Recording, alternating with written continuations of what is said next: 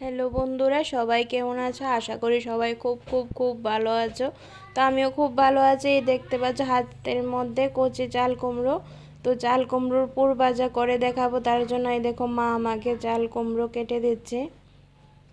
তো কেটে ধুয়ে আমি একটি ঝুড়ির মধ্যে নিয়ে নেব যাতে জল শুকিয়ে যায়। চাল কুমড়োর মধ্যে জল থাকে তোমরা সবাই জানো, কিন্তু আমি যে ভাজাটা করব সেটার মধ্যে একটুকু জল পাবে না তোমরা।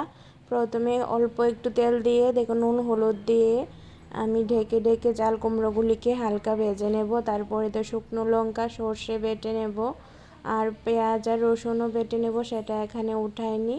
এই দেখো চাল কুমড়োগুলি ভাজা হয়ে গেছে, একটুও জল নেই, বলেছিলাম তোমাদের। এই দেখো তোমরা নিজেই দেখতে পাচ্ছ একটুও জল নেই। এখন আমি নামিয়ে আধা ঘন্টার মতো ঠান্ডা করে নেব।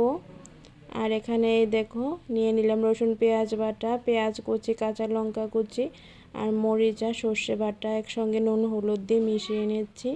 মিশিয়ে দেখো এক একটা চাল কুমড়ো নিব, নিয়ে ওদের ভেতরে ঢুকিয়ে দেব, দিয়ে আমি সবগুলি রেডি করে নেব। এই দেখো সবগুলি ভাজা আমি রেডি করে নিলাম। এবার হচ্ছে কড়ার মধ্যে তেল করে ভেজে নেওয়ার পালা। একে একে আমি সবগুলি ভেজে নেব। তো ডুবন্ত তেলে ভাজছি। এই দেখো এখন আমি উল্টে দেব সবগুলি ভাজা। এই দেখো এক সাইড হয়ে এসেছে, লাল হয়ে আসছে। তো দুনো পাশ আমি ভালো করে ভেজে নেব। তো চাল কুমড়োর পুর ভাজা কে কীভাবে করো আমাকে কমেন্টে জানাবে, আর তোমাদের কী রকম লেগেছে সেটাও আমাকে জানাবে। এই দেখো হাফ ভাজা হয়ে গেছে আর হাফ কড়ার মধ্যে আছে।